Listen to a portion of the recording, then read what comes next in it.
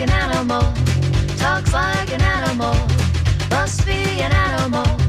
Come hear the animals, talking animals, talking animals.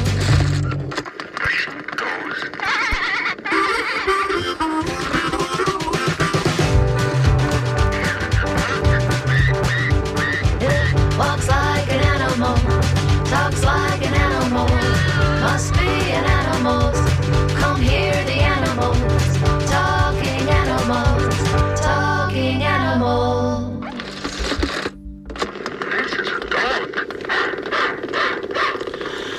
Good morning, this is Talking Animals on WMNF. I'm Duncan Strauss, and before we proceed any further, I want to extend an enormous thank you to Bev Capshaw, who hosted the show in my absence last week. Bev conducted a fascinating, fantastic, that's Glenn applauding the back. We're getting ahead of ourselves, but we're applauding Bev and her great show with a great conversation with naturalist Paul Jensen covering the ecosystem of the Green Swamp, the wildlife corridor, as well as specific ways to see and enjoy the wonders of Florida's wildlife. I'm still thinking about a scene Paul mentioned involving a big group of pygmy rattlesnakes. Anyway, if you didn't have a chance to hear last week's show, do yourself a favor and listen to it on the WMNF archives. As for today's program, my guest will be the applauding Glenn Hatchell, and we're also applauding Glenn Hatchell, returning for the 11th installment of Ask the Trainer. If you've caught some of the past installments of Ask the Trainer, which we aim to present every 3 or 4 months approximately, you'll recall that it involves around inviting listeners to call in with questions for Glenn about their dogs or their cats' behavior. Until his recent retirement, Glenn served as the Behavior and Enrichment Manager at the Humane Society of Tampa Bay. He's an accomplished dog trainer and behaviorist and former WMNF programmer, as well as occasional Talking Animals guest host himself. On today's show, he will field several calls and emails seeking to answer listener questions about their animals' behavior and or provide guidance on training. We again invite listeners to call in at 813-239-9663 with questions for Glenn, or the questions can be submitted by email at dj@wmnf.org or via text 813-433-0885. So please join us. You can call in now. And incidentally, we've learned over the years that phone calls tend to be the most effective overall because they enable Glenn to ask the caller follow-up questions, more precisely assessing the issue and sort of better calibrating his recommended solution or suggestion. Still, for listeners unable to call or just prefer not to, we also aim to incorporate questions submitted by email and again, dj@wmnf.org or via text 813-433-0885. And again, typically we don't screen the calls. We just put them on hold right away. So we just ask for your patience while we get to your call, which we will eventually for sure. You just have to hang tight sometimes. But so you can feel free to call or email now while Glenn and I talk for a few minutes before responding to listener questions. We often chat about a related topic for a moment or two. So one important point, by the way, welcome, Glenn. Thank you very much, sir. Good to see you again. Welcome back. Good to see you. At number 11, we're rolling along here. Always a pleasure to be in here. Yeah, it's so great to have you in person in the studio. And so one thing we haven't really covered specifically, even though as listeners have called in, obviously over those 11 or 10 previous shows for behavioral advice, is that it really takes time to change a behavior. So maybe you can sort of talk to just sort of being patient and what's required, not just taking time, but sort of the repetition that's obviously important to underscore those changes, et cetera. I will do that. But first, I have a question for you. Okay. Tell us something fascinating that you learned at the conference that you were recently at. Well, I was just telling Glenn off air that I was, last week when I missed the show, I was hooked partly to this international captive wildlife conference that they do every couple of years or so. And so one thing I was fascinated by, and I hope to maybe even have the guy that talked about this, was talking about having released captive elephants. I can't remember right off the top of my head what country this was, but released captive elephants into the wild, making them basically sort of wild, free-roaming elephants again after having X amount of years in captivity, which I thought was improbable, if not impossible, to pull off. And so that was a fascinating account. And next week, I'll get into this more specifically later, but one of the speakers was a a guy who formed an organization. He was 13, and Teen People magazine called him one of 20 teens who will change the world. And anyways, he has a fascinating story, or stories really, which I'll mention later in this show before we go. But it was really interesting and great, and it typically is. And always learn something. Usually find some intriguing guests to bring back to the show. So, yeah, it is. I mean, things like that. Just when I come across a story of the way that they're using, I think it's rats to find landmines. Yeah. I mean, it's mind blowing what's happening around the world with animals. Yeah, we had one of those people on that was many years ago. But but it's like when you keep hearing these new things they're doing, or new discoveries, or again sending a captive elephant back into the wild, and it actually works. It's like, well, it gives us hope, and it's fascinating to hear the story along the way. Yeah, and if we think about it, kind of bringing all of this together, even training those rats, it's based on what Pavlov learned, 125, 130 years ago, because he used mice in that situation. Yeah. And the thing was, once the mice discovered where the reward was, they found the quickest path to get to that reward. Sure. And that's really the same thing that's happening with doing landmines. And obviously that gets into a whole deep level that I can't understand, but I'm absolutely fascinated with, all of those things that are happening with non-companion animals, put it that way. Not the dogs and the cats. But of course there's dogs doing a lot of work Remarkable these days. too. Yes, especially these days around the world with a lot of the humanitarian crises that are happening. For sure. But it really, the time to take a behavior, the time that it takes to change a behavior has been on my mind a lot lately, because this is where my my worlds start to collide, because so much is happening right now in the world that, we're having to adjust and react to. But I had found myself, in situations that I was reacting in pressure situations, chaotic situations, which carried to reacting in trivial situations. Somebody in front of me at the light is taking 2 seconds before they start going. And I think we can all relate to that. It's just kind of one of those things that Don't happens they know I'm in a regularly. hurry? Exactly. Right, exactly. yeah. Exactly. And it is that kind of thing that once it's triggers. You start getting those little things that just add to it more and more and more and more. And I think one of the things that trainers and behaviorists are dealing with around the country right now is a lot of reactivity from their dogs out on walks. And it really, in the last few months, I've had the opportunity to experience again the fundamentals that I used to use in a group class, and where the very first week in our group class with dogs, and there would be anywhere from 4 to 8 dogs in this, and we would start out the very first thing of having the dog handlers, the owners, I'll refer to them as, start treating the dogs. Treat and treat again. Because we want the dogs really paying attention to the owners. It's like, hey, this is, you're going to keep giving me these treats over and over. You got my undivided attention. Right, yeah. right. And what we would do then from that is I would start having each person basically walk around in a circle around the group with their dog. Now, depending on the reactivity of the dogs, obviously this is a very in-the-moment kind of thing that we're managing to. The only thing that the dog owners needed to do was to keep their dog more interested in them getting treats than the dog walking around. So everyone got this practice, and then we started all doing the circles. And obviously, as you can imagine, that first week looked rather chaotic.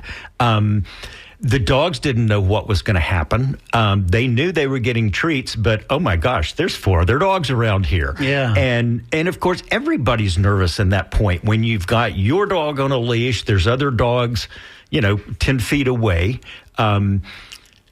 And we all feel like, at that point, everybody is watching me to see how I'm doing it. Right. Reality is nobody's watching you. They're watching their dog, worried that everybody else is watching them. Right.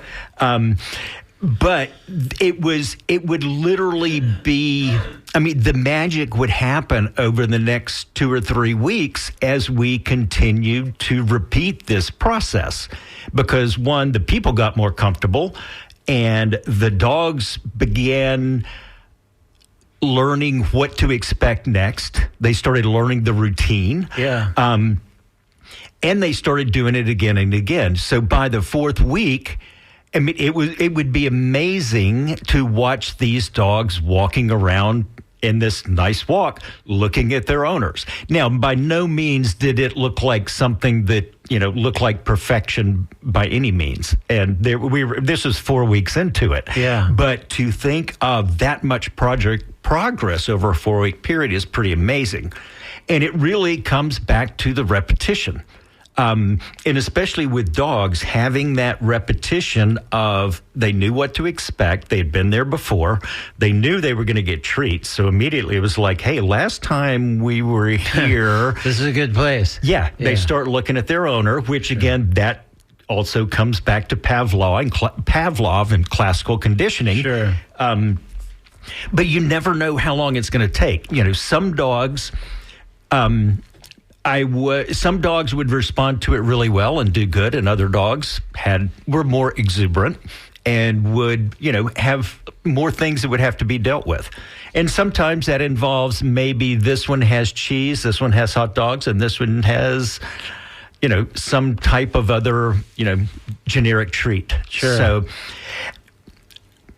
So that's what's been in my mind lately, because it's taken so long for me personally to eliminate, as best as I can right now, to eliminate reacting in trivial situations that I really could. If I watch somebody else react in some of those, I'd kind of look over. It's like, that guy's got issues. Well, I knew that. So I'd been working on myself to begin with. But it takes time. You just never know about... we never know how long it's going to take, but it's that repetition, sometimes 3 times, sometimes 3 weeks, and sometimes 6 months or longer. So, it's easy to say, trust the process, but professional trainers and behavior specialists trust the process. Yeah. But so anyway, you got to give it time, and you got to know that it's going to vary from animal to animal, how much time that's going to require. Right. And there's things to adjust. So since just another reminder, we're here on Ask the Trainer on Talking Animals. Right, I was just going to say, speaking of repetition, I'm going to repeat the ways you can get in touch with Glenn, because you're hearing Glenn Hatchell right now. He's a animal behaviorist and dog trainer and former WMNF programmer, and we're doing a segment we do every 3 or 4 months called Ask the Trainer, where you're welcome to call in or email in or text in and ask questions to Glenn about your dog, any issues you're having, or your cat, any behavioral questions, things like that. So to reach us here for that, you can call 813-239-9663. And again, we'll just put your call immediately on hold. We won't be screening calls, but just hang tight, and we'll get your call ASAP. You can also email dj@wmnf.org, or you can contact us via text 813-433-0885. So any questions that you've had about behavioral I wouldn't say problems, but issues at the house with your dog, cat, multiple, or other animals too. Occasionally we have done birds, I think, and other animals over the years. And but we don't discriminate. Any animal That's you got right. a question about, then you can call in 813-239-9663.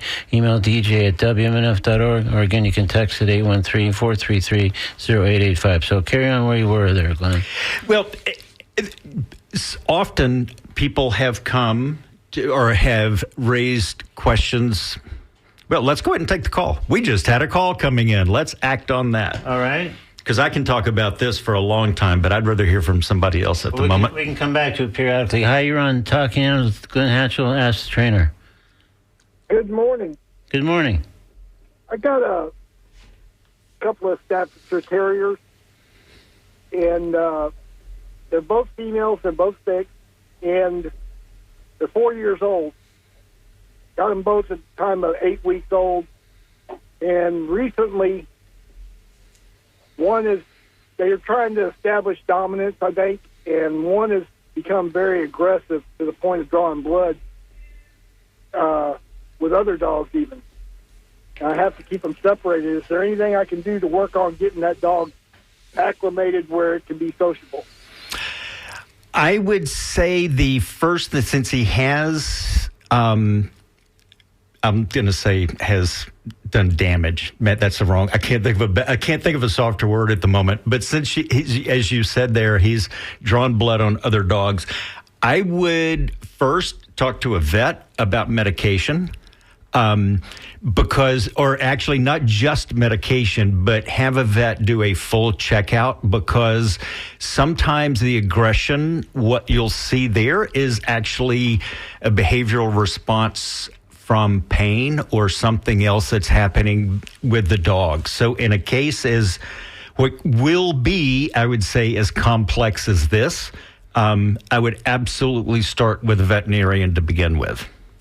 Okay. Right now, I got them separated. I would keep doing that. Yeah, I keep the aggressive one kennel-wise, and the other one is sociable. You know, she gets along with the other dogs fine, but if I let that one out, it's like a switch trips in her, and she goes aggressive real quick. Yep. And it's strange. And they were raised together from the time of 8 weeks, you know? It's like... Well, but that's why I wonder if these behavior issues are actually presenting as a sign of underlying medical issues. Okay, thank you. Absolutely. Thanks for your call. Thank you, Duncan. Thank you. All right, we'll take another one while we're at it. Hi, you're on Talking Animals with Glenn Hatchell and Ask the Trainer. Yes. Is this open now? Because I listened to the whole thing through the last caller. This is you on the air now, sir. So fire away.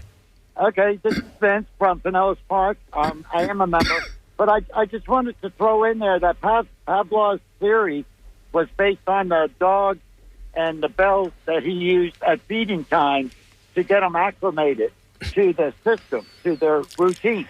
And even when he didn't put food out and he rang the bells, the dogs would start salivating and everything, knowing that it was for the food itself that the bells were being rung.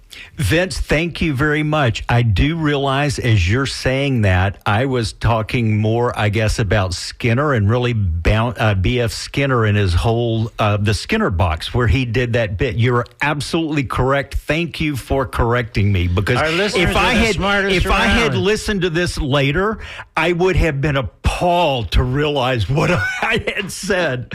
So this is a perfect example of behavior changing, because one of the things we want to do with animals is that as soon as the mistake happens, we want to show them the proper way to do it. We don't need to correct them.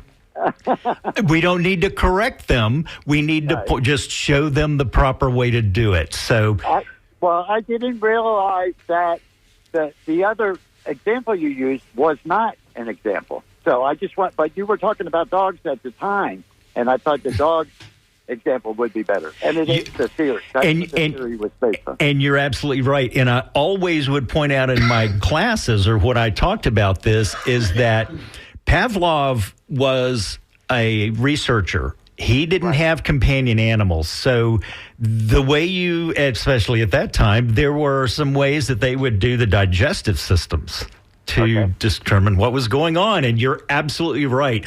What he discovered is exactly what you described.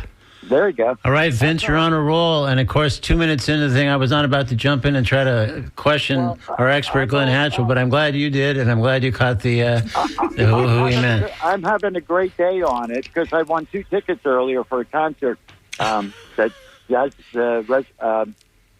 jazz concert at Bill Haley or Hyman Theater. So. Oh, that's great. We are having a good day. So, did you have a specific question or comment for Glenn otherwise besides the Pavlov's Skinner correction? That was it. I was on the road, but I wanted to mention that because I always paid attention to that. Okay, Vince. Beautiful. Have a great day, Vince. Well, thanks for calling. Appreciate it. You betcha. All right. So, again, that was Vince who called in 813-239-9663 as part of Ask the Trainer, with, again, the trainer being Glenn Hatchell in this case. And, again, you can do the same, or you can email dj@wmnf.org or via text at 813-433-0885. So this is really, it's amazing how that fit into my notes, almost as if we set it up, because I was thinking, I always try to think of analogies, and I was thinking about gymnasts, because everybody, even if you're not a sports person, you've watched gymnasts, and you know that when they're practicing, they are being constantly coached. There is somebody right there by them, encouraging, telling them time and time again, not what they did wrong, do this, get that hand planted, or whatever it may be. And one of the things that tied to what Vince said is it comes back to muscle memory. And I know this isn't what happened with me. I just had an old man brain moment there. But, they say muscle memory is like riding a bike. And if the dog has become accustomed to every time we walk out of the house, I know the dog 2 houses down is going to be barking. So the dogs will come out of the house already amped up and ready to go after them. So for us to change the behavior of our dog on the leash barking at the dog 2 houses down, we need to start working on that behavior before we walk out of our door of getting, no, look at me, here's what we're doing. So it's from a dog training aspect here, as we're talking about, some of these things they tie together over time. And that could be part of what the first caller was saying, is that there may have been something, if we think about it from a behavior aspect, that constantly triggers that dog time and time again. And that's known as trigger stacking. But it gets to the point, not unlike I was talking about I was experiencing, in that I wasn't just overreacting in chaotic situations. I was overreacting at ridiculously trivial situations. So. And that's why you said, hey, Glenn Hatchell, I'm going to have a word with you. And it's me, Glenn Hatchell, and we're going to see if we can address this a little bit with some of my own behavioral techniques that I've learned from working with animals. Well, no, actually, it's from working with animals, and it's also a lot of therapy over the years. Yeah. So in some ways, it's like, and this kind of all fits back to it, especially considering everything that has been happening in the world over the last few years, is that all of the tools that I've gotten were to get me prepared for this. And I also think that with the dog, that, okay, we know we need to get their attention to us. We know that dog is going to be up there barking, so I want to get ahead of my dog, get him focused on me, so he doesn't even realize we just passed by that house we're walking by. And that's similar to what would happen in the group classes, when after the dogs had walked it a few times and looking at the owner, you could see their behavior starting to change a little bit. Yeah. So. All right, we're coming back to that, but we're going to take another call right now. Hi, you're on Talking Animals with Glenn Hatchell. It's Ask the Trainer. Hello, it's you. This is Jetty. What is it?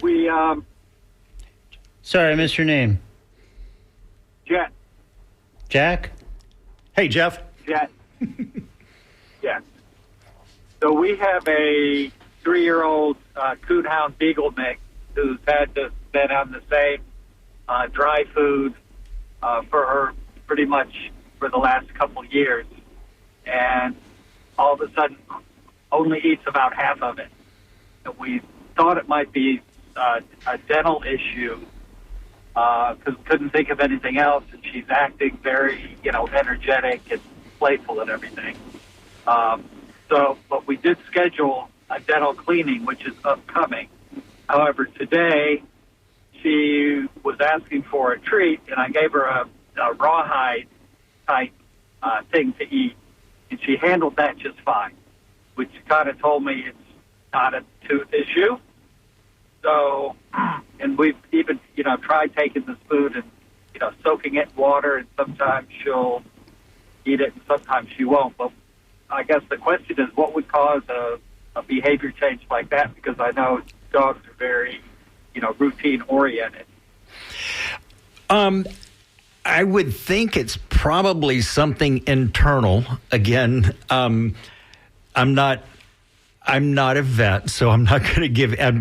Obviously, anything like this, I would say, check with your vet, and it's possible that you may be able to do that in conjunction at the dental cleaning. But in addition to water, you could try like vegetable broth or chicken broth. Or possibly mixing some wet dog food in with a dry or cheese. Yeah. Some of those things, something again to encourage and entice the eating. Yeah. And we mix some wet food in, and she does get that out. But is it common for a dog to just all of a sudden stop liking the food that they have eaten? No, generally not. Generally, there would be something going on. Okay. But again, it's usually, it could be, well, again, it comes back to the vet. That's why it could be something as simple as I don't know if it could be an allergy. Knowing how many dogs have odd allergy things in Florida and knowing we're kind of going through a seasonal change. And I also would think about how long it's been happening. It sounds like in this, since you also have done the dental change, that this is not something that happened a couple of days ago, but has been going on for a while. So that's also part of why I would think, depending on when her next vet appointment is, I would absolutely raise it with them. Okay. All right. Well, thank you a lot. Absolutely. Thanks for listening. Much for calling. Okay. All right, let's take another. We got a few more folks calling in as we typically do at this point in the show. So, hi, you're on Talking Animals. It's Ask the Trainer with Glenn Hatchell. Go ahead, please. Hi, this is Marilyn in California. Hi. My dog, I think it qualifies under the stacking of behavior. I discovered about 6 months ago that when the phone rings, he panics, and I didn't connect the dots for maybe the 6 months before that, and he insists on going out his doggy door, and he's 11 years old. I foster rescued puppies. I'm a foster failure with him. I adopted him. Foster success from the dog's perspective. Good point. But he was so fearful of everything and anything. And the good news, on a positive note, when I call his name and he's rushing to get away and go out that doggy door, or if I call him, if I realize he's outside trying to chew through the no-climb fence to get out, to run away, he at least comes to me. I mean, he's broken that part. But I can't... I'm learning now when the phone rings that I got to get his attention, if he's in the house, immediately. And he's very leery. He wants that, because I have a good treat for him. Mm-hmm. But I can't seem to stop. Yeah, that's great. If I catch him in time, he won't... Really, essentially, he's trying to run away, but he goes out into a dog pen with the no-climb fencing, and he broke a tooth on trying to get out when I didn't realize that's where he was. Mm-hmm. So I can't get that behavior. I can't seem to figure out. I don't want him to panic. Right. I've tried the calming. There's a calming product on the market that doesn't seem to affect him. You have to give it to him a little early. Mm-hmm. I'll give you an idea of how a professional trainer would approach it. Okay. And then if Duncan can help remind me at the end of the show, we'll do a couple of website addresses to the Certification Council for Professional Dog Trainers and the International Association for Animal Behavior Consultants. Okay. But in a situation, and this is really a great scenario of what you're describing, something, well, I'm going to focus on just addressing the phone issue, but a professional is going to ask a whole lot of questions to understand the big picture, to try to figure out what has your dog scared off when the phone rings. Okay, and I have to add one thing. Sure. I think I contributed to it because when I hear the phone ring, I jump up, to go see the display before it kicks off. Mm-hmm. So I probably contributed to this. I don't know that's the fact, but he does seem tied in touch with wherever my emotions are. Yes. Well, actually, what you just described there comes back to Pavlov. You are absolutely hopping up and doing that when you hear the phone ring. Right. And that's the thing about it. It's like, well, and you said something there that's a line that I like. Everything a dog is responsible because of a human. Wow. And so, well, you are correct that our responses to things are probably adding to it. But if you move like that without the phone ringing, does he run out the doggy door? No. Okay, so it's not you jumping up. It is it could be other things, but it's not you jumping up there. Right. But it is one of those steps that happens in that process. Right. But what a professional trainer is going to work with you on is starting and I'll just describe it like this: starting the phone at a very low level to where the dog is not even realizing it, but it's there, and getting his attention. Getting the attention on you without realizing that the noise is there. Right. But it's also. You want to increase the level of the noise, but not to the point that it's going to cause the dog to run out the door. Right. And that's where the experience comes into play of hiring a professional trainer who can really, in that moment, be able to work with a big picture, but also work with an identifying, breaking down all of those little triggers that add up to him running out the door. Yes. And you just mentioned something else. I am inside and outside a lot, so I have that ringer on a booster ring even on one phone, and the other phone that allows me to adjust it, I have it as high as it'll go. Mm-hmm. It is a shocking... I need it when I'm outside, but I don't dare turn it down because I'll forget to turn it back up when I'm outside. Right. But that is it's annoying to me even, but when I'm inside, but I need it. And I could go off in about 5 minutes talking about dogs' hearing and such, but we're not going to go to that level. Right. Well, thank you. That's a good. That helps a lot. Good. Thank you. All right. Thanks for listening from California. Yeah. Thanks. Okay. Thank you. Okay, that was Marilyn from California. Again, if you just tuned in, just going to let you know that the voice you're primarily hearing is not mine.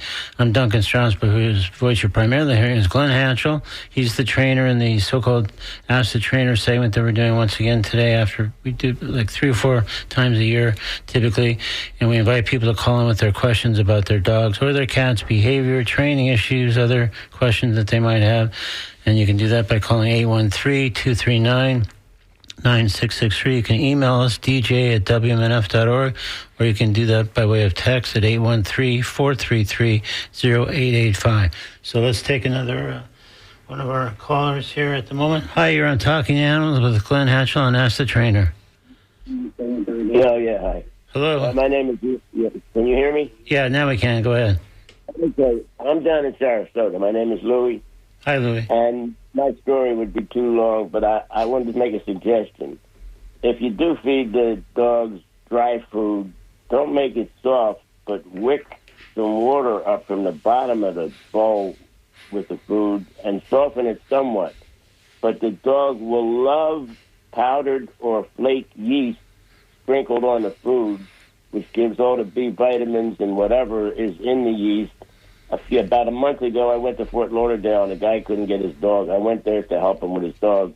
He couldn't get his dog to eat, and he would have to coax it and coax it and coax it, and was reluctant to eat. And we went out to Whole Foods and got some yeast, and the dog loves it. He puts the bowl down, and the dog licks the bowl clean. Wow. I don't think the dry food itself, without being softened a little bit, is good for the animal because they're not masticators like people have teeth for masticating. The dog does not. And the yeast will just, it'll be terrific. And as I say, the dog won't have a problem. Yep. With, or cats too. But dogs, particularly, they're not as fussy, but they do need the nutrition. That's right. They're not as fussy, but their tastes do change over as they age. Well, dry food, even when they're young, isn't good because they can't. Just like the individual said, they were going to go out for dental cleaning, and then they gave them a rawhide, something or other, and the animal had no problem with it. But the dry food does present a problem if you feed the animal nothing but dry food. There are a lot of very high quality dry foods, which probably I think Duncan could do a whole show on foods and dog food and such. Yeah, in fact, sure. it's. I'm not saying that they're not nutritious. It's just difficult for the animal because the dog also, it takes so much of the liquid or fluid resources in order to digest it. If it's softened a little bit with water, it's better in my experience. That's just, Yep. All right, Louie. Well, that's great. I love it when we have callers calling in to respond to previous callers and their questions. That's when we really got some good connections. I appreciate your call and your input. Thank you so much. For everyone, the yeast is really important. Yes. All right. Your nutritional yeast actually is wonderful for humans and animals. So Absolutely. that's actually that is one of the things I was going to say is that is a great idea because seldom do I think of nutritional yeast, but no, it's almost essential, because it's so important, the B vitamins. We really are deficient. And if if it is just some sort of intestinal, or I don't mean intestinal, but some sort of a digestive thing, something as simple as adding a little bit of that could actually clear it up for them. We just never know. Well, we don't. That's why we have vets. All right, Louie. Well, thank you again. And the other caller, hopefully we'll get to sprinkling ASAP, and we'll see what happens. Sure. Thanks again. God bless you. Have a nice day. You too. Thanks, Louie. Okay, let's take another caller here. Hi, you're on Talking Animals with Glenn Hatchell. Let's ask the trainer. Go ahead, please. Hey, how are you? Great. Awesome. I actually have two questions. The first one is, I have a Great Pyrenees. He is the biggest dog in the household, but he is scared of everything. Like, literally, a door opens, he won't walk past someone. Like, it's ridiculous. Because he's the biggest animal in the household, but he's scared of everything. How do I work with him to get him over being scared of walking past someone or another dog or going into his kennel, like walking down the hallway? He's just scared of everything. How old is he? A year and a half. How long have you had him? Since he was 8 weeks old. There are a lot of, well, if he's a year and a half and still dealing with it, it may not be the easiest thing. And sometimes Great Pyrenees can be a little, well, since they are, bred as working dogs, a lot of that DNA, I'll use the term DNA, that ingrained, doesn't adjust well, but from what you're describing, sounds to me like more that something, since he was with you at 8 weeks, has he always shown this type of No, fear? and that's the problem. He used to be really good. Like, you tell him come inside, and he'd come right inside. Now you say, okay, inside, and he doesn't want to come inside. Like, it's like he's terrified all of a sudden. Like, literally the last 2 months, he's been terrified to come inside when he's told, okay, inside. You know, like, he used to be so good. When you said inside, he would come inside. You'd say kennel. He'd go to his kennel. And he's not doing that anymore. And I don't know what's going on. It's so random. Was this going on? I don't know what area you live, but was this going on before any of the hurricanes came through? Yes. Right before Milton hit. We were in Florida. Right before Milton hit, he had already started it. So it wasn't like, in all honesty, I would have thought that he'd be more inclined to not want to leave the house because of a hurricane, because he'd be scared of the sound and the wind and the thunder and the lightning, but he wouldn't come back in the house. Right. Well, this actually fits a little bit of, I shouldn't say a little bit. The challenge with this is figuring out what has caused him to want to do this, obviously. And that's as much as helping him to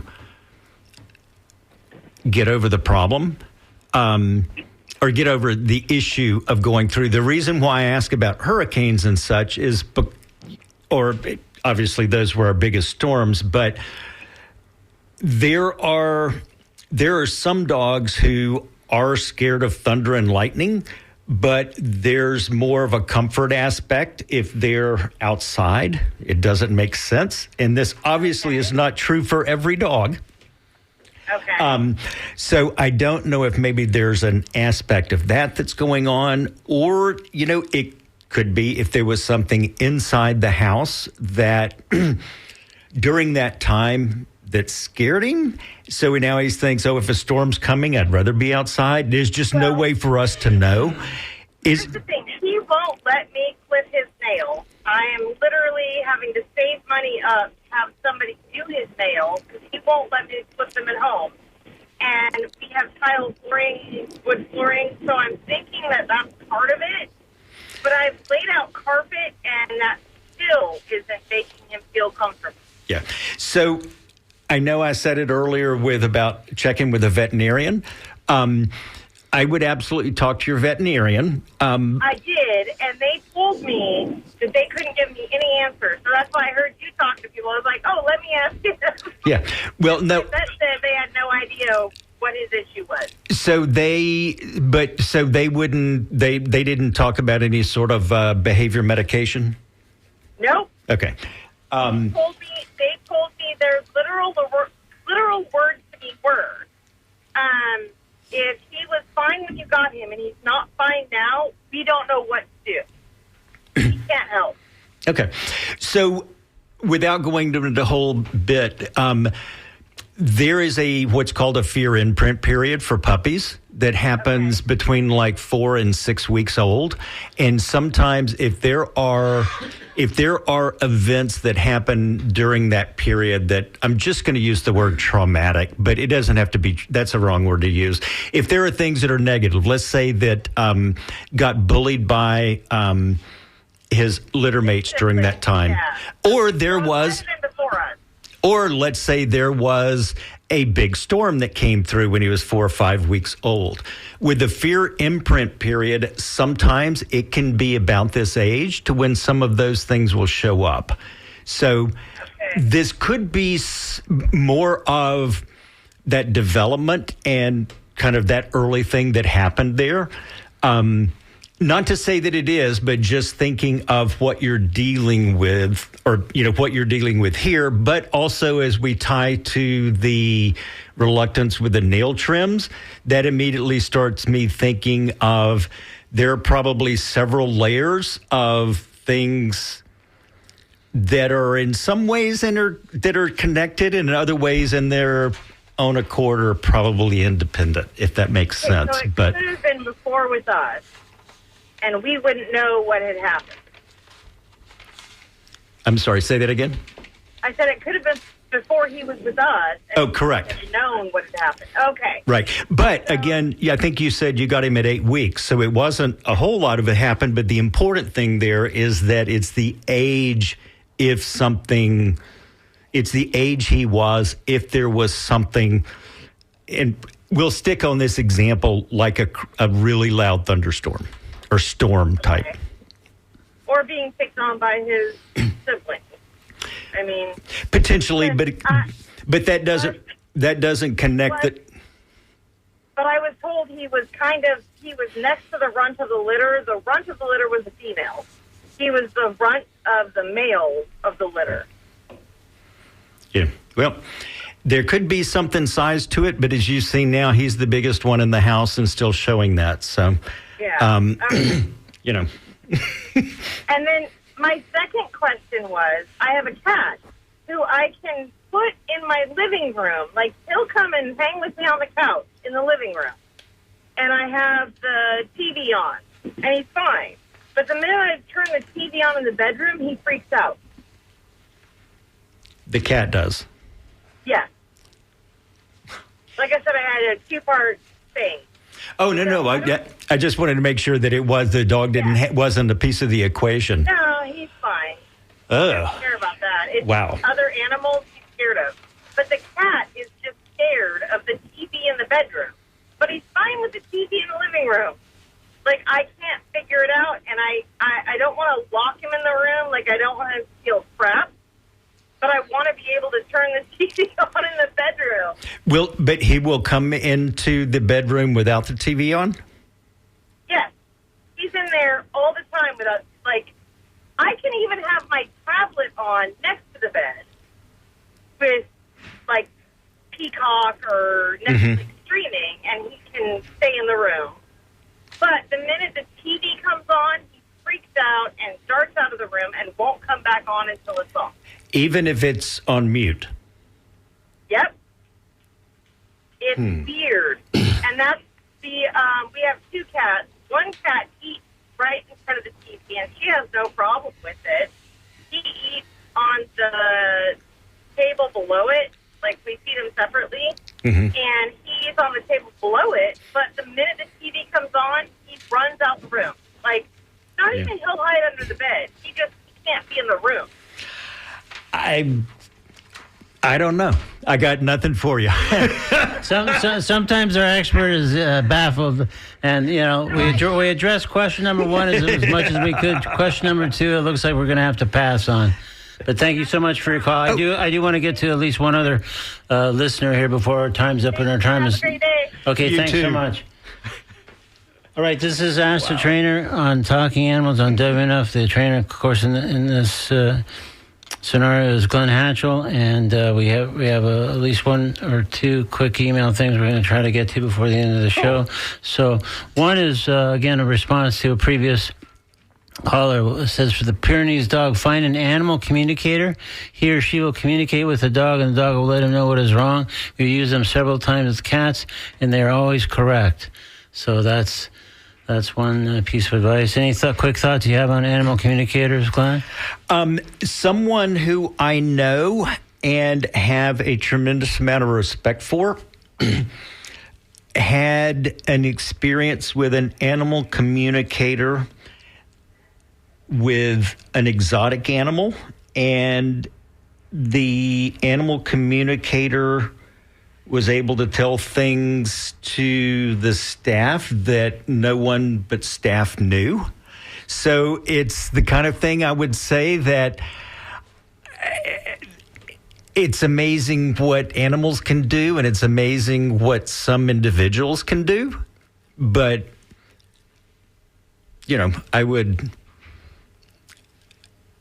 I'm not smart enough alone. I don't have enough cerebral, whatever the thing. I can only look at the animal and see what they're doing, which I think is where it falls into behaviorism, of what they're doing and how to respond to it. So I don't have letters after my name like PhD and.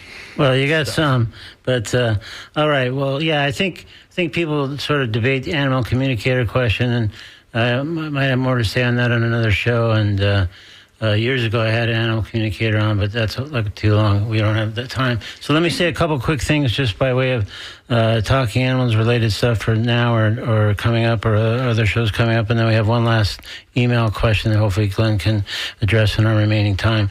So as I mentioned earlier, my guest next week will be Justin Barker, who has a compelling story, or really, I think, multiple compelling stories. Starting with at 13 years old, he founded Citizens Lobbying for Animals in Zoos, was subsequently recognized in Teen People magazine as one of 20 teens who will change the world. Later wrote a young adult memoir called Bear Boy, and then launched San Francisco Zoo Watch, which chronicles the years-long string of animal deaths and at least one patron death and various other forms of mismanagement at the San Francisco Zoo. So he's already got kind of a long and storied history, and he's still a young man. So that'll be next week on Talking Animals. And coming up on WMNF, it's The Conversation, the great show hosted by Mario Nunez and Joe King Carter. After that, we shift back to music programming with Jim Bannon holding forth from 1 to 3, followed by Nancy C., hosting the Wednesday Traffic Jam from 3 to 6, at which point our terrific Wednesday night block of Latin music kicks in. So we'll get into some other things as we have time. But let me read this email, Glenn, for what will probably be our last Ask the Trainer moment. It says, this spring, my 75-pound puppy tried to turn my neighbor barks a lot 10-pound dog into a squeaky toy. Sadly, by the way, this subject heading is dog bite list. On the positive side, my neighbor picked up their dog and saved its life, but in the process, my neighbor got several hand bites by our scent hound.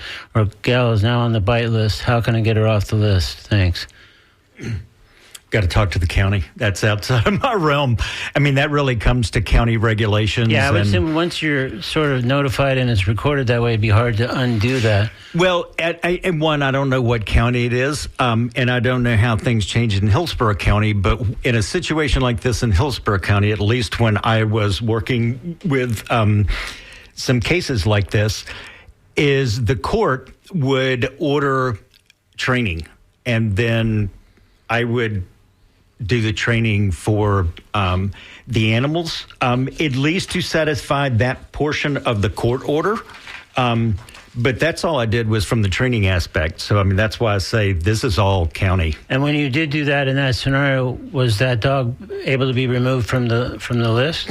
No idea. Okay. It was just did what you did, and it was right. kind of insular from what happened afterwards. Yeah, okay. The owner had, a checklist of things that had to be completed for them to... And that was one of them. Yeah. And this was one of them. Yeah. So, yeah. All right. Well, Glenn, you wanted me to remind you to give some websites at the end of the time yes. together. So we've talked about some trainers and such. So there's 2 websites that I would recommend, and this is where you can find currently certified professional trainers and behavior people. One is the Certification Council for Professional Dog Trainers, and it's CCPDT at Charlie Papa Dog Tango.org. And the other is the International Association of Animal Behavior Consultants, IAABC.org.